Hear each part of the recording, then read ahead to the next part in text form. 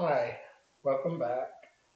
Uh, this will be the last uh, series of videos on my source information. And there were a couple of other areas or categories of source that I wanted to include before wrapping this up. So the two I have in mind is what I term here videos that I've watched over time, and then some chance encounters that I thought would be appropriate to share. Uh, in the video category, I have identified one in which I looked at a long time ago, and it was called The Strangest Secret. And what it did for me, I guess, is what the video intended, and that is to understand if you're going to get where you want to go in life, you have to have some kind of directions and the fact that they're clear so that you understand where you're going, and the fact that you have a higher chance of getting there by having those directions. The other series that I've looked at over time have been those that I list here: Stoicism, Buddhism, uh, Carl Jung, and Eckhart Tolle. And those series have been uh, quite enlightening for me, and also has helped me in that objective I had in terms of separating uh, where my information came from, whether it was sourced from my family unit or society, religion, and those kind of things, was being able to get a kind of a picture of what my beliefs were, identifying where they came from, and then determine what to do with them. So this series here of videos that I've looked at, and they are time consuming, but for me they were very revealing in terms of my goal of being prepared to have a talk with God. So this is also another area in which um, for me was very important in shaping and understanding not only the information I already had, but where it came from, and then uh, what I should do with it. The final area I wanted to bring up because it represents events that I remember during my journey that uh, stuck with me. They got my attention when they happened, but at the same time, I keep remembering or going back to them as trying to understand them, and some of it I didn't understand or still don't. Uh, the first one here I term Men in Black. I mean, I'm sorry, Men in Brown. And um, that refers to my early days when I used to get up, go to work on a daily basis, and it was in the California area. And on my way to work, there'd always be this stoplight. I had to, if it was red, of course, had to stop. And then there were folks in the crosswalk that would go by and until the light turned green.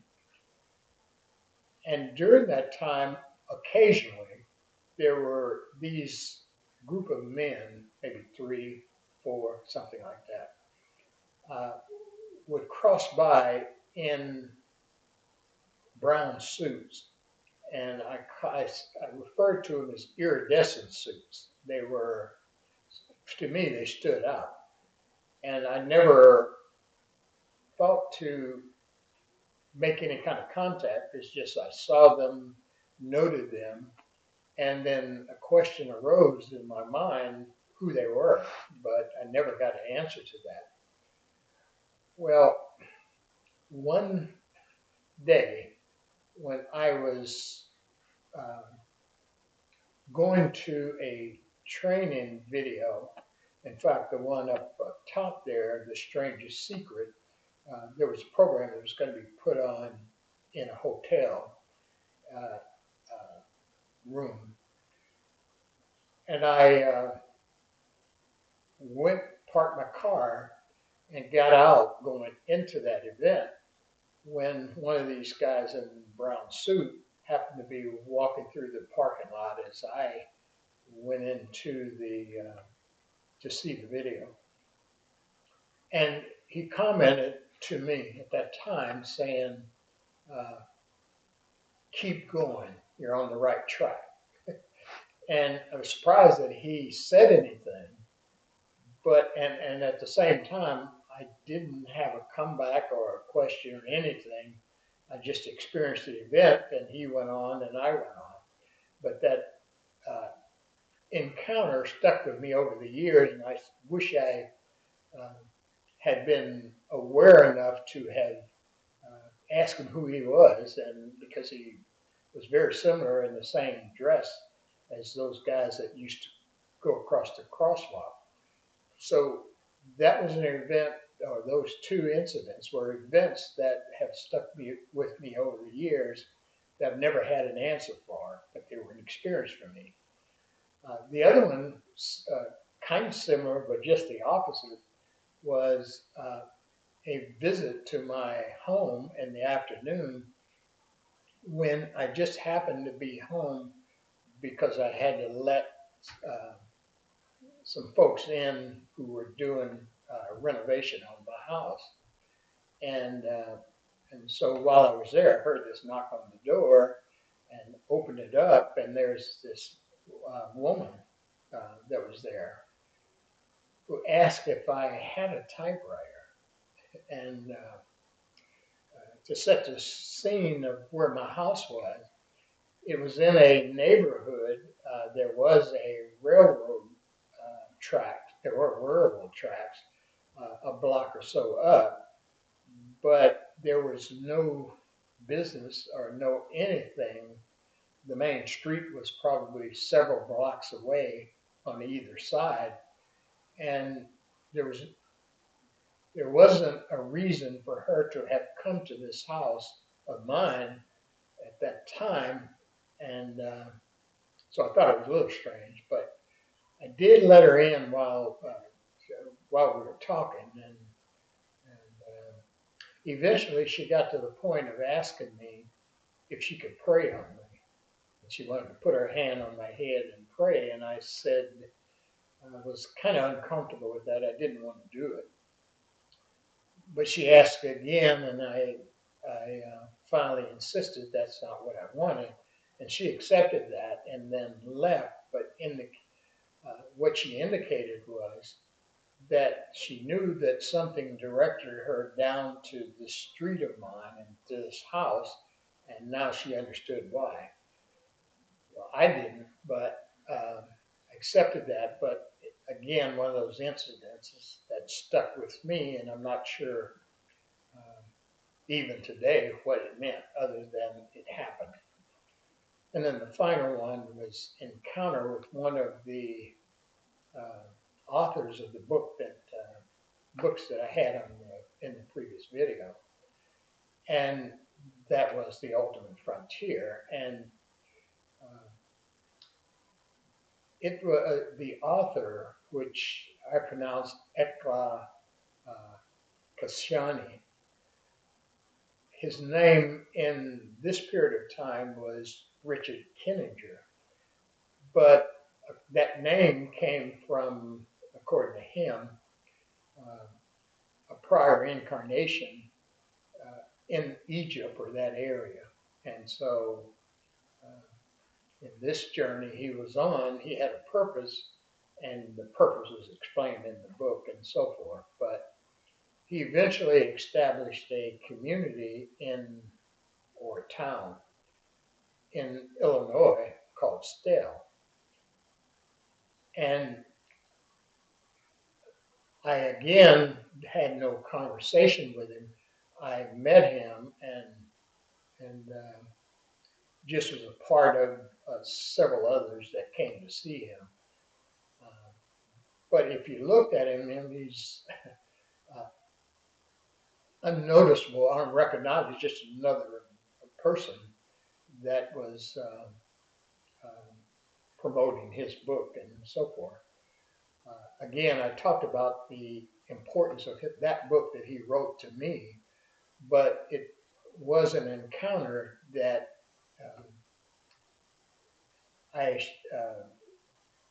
appreciated and it stuck with me again through all this period of time. So these are all of the different sources that I use to um, go in to make up my thoughts, my opinions, and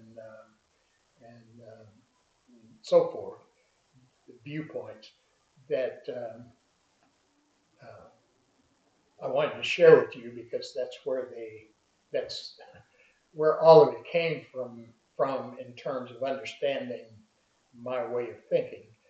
Uh, and then the bottom line here, I indicated that I'd like to give a word of caution, and that was that this is what happened to you when you start using your own mind.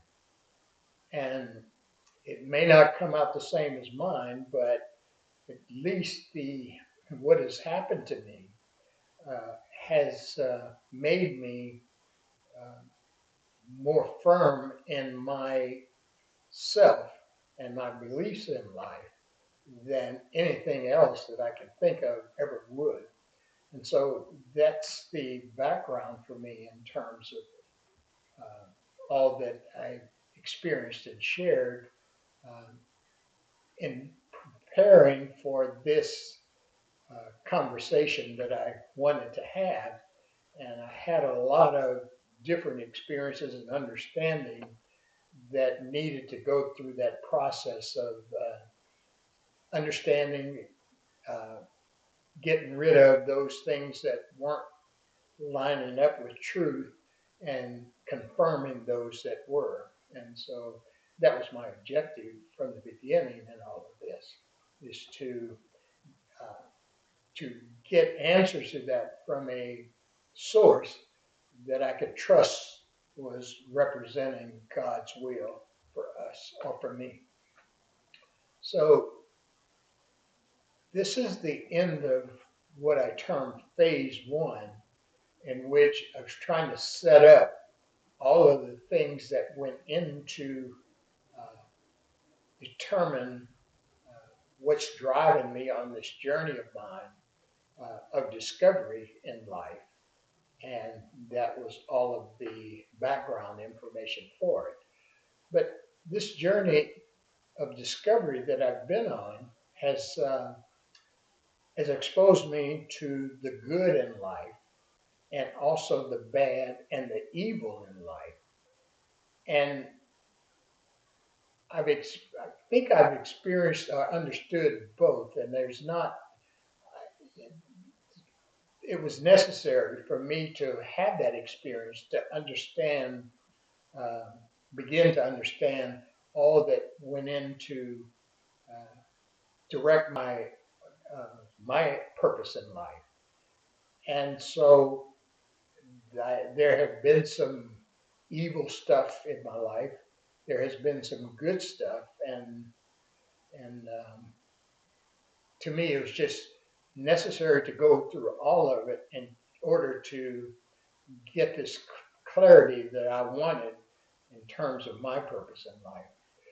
So the next part of this has to do with uh, giving an explanation or a description of the actual journey that I was on and the things that happened to me at different periods in my life.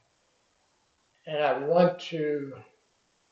I'm thinking about doing that in a live streaming format to get reactions and feedback and questions about uh, not only about what I've experienced, but also sharing uh, the, the conflict or controversy in terms of your lives. And uh, just knowing that in this journey, your expression, your experiences are something I need to know in order to have completion in this life journey that I've been on. So it's going to take me a while to set all that up, but I hope that this is important enough to uh, to you that you'd want to participate in that.